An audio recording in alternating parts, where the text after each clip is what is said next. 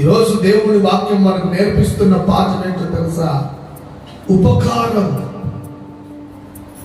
అపకారము కాదండి. నీ శత్రువైన ఆకలితో ఉంటే ఉపకారం చేయడం నేర్చుకో. నీ పగవాడు ఒకవేళ, నీ వ్యతిరేకుడు ఒకవేళ నీ మీద విషపు చూపు చూపినా, విషపు ప్రవర్తన ప్రవర్తించినా, విషపు ఆలోచన ఆలోచించినా, నువ్వు మాత్రము ఆ అపకారానికి ఉపకారము చేయడం నేర్చుకో ప్రాణమా.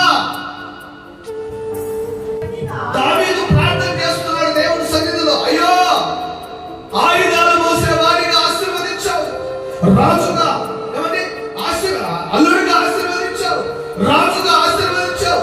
అయితే నేను ఎవరిపై ప్రేమను చూపిస్తున్నానో, ఎవరిపై నేను జాలి చూపిస్తున్నానో, ఎవరినైతే ఎక్కువగా నా వాళ్ళు నాది అనుకున్నానో వారిని బట్టి దావీదు ఏడుస్తూ దేవుని సన్నిధిలో మాట్లాడుతున్నాడండి.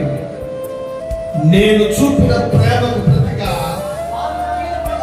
వారు నా మీద. దావీదు ప్రార్థన చేస్తున్నాడండి దేవుని సన్నిధిలో, అయ్యా నేను ఎంతగా ప్రేమిస్తున్నానో, ఎంతగా జాలి చూపిస్తున్నానో, ఎంతగా నేను ప్రేమగా ముద్దుగా చూసుకుంటున్నానో వారు నా మీద పగబట్టి ఉన్నారు. కానీ దావీదు ఏం చేస్తున్నాడంట? కొట్టండి ఒకసారి చెప్పండి. అయితే నేను మానక నా శత్రువుల కొరకు ప్రార్థన చేస్తున్నాను, నాకు అపకారం చేసే వారి నిమిత్తమై ప్రార్థన చేస్తున్నాను, నా వ్యతిరేకుల కొరకై నేను ప్రార్థన చేస్తున్నాను. నన్ను బాధ పెట్టే వారిపై, నన్ను హింస పెట్టే వారిపై ఎంతమంది అయితే లేస్తున్నారో నేను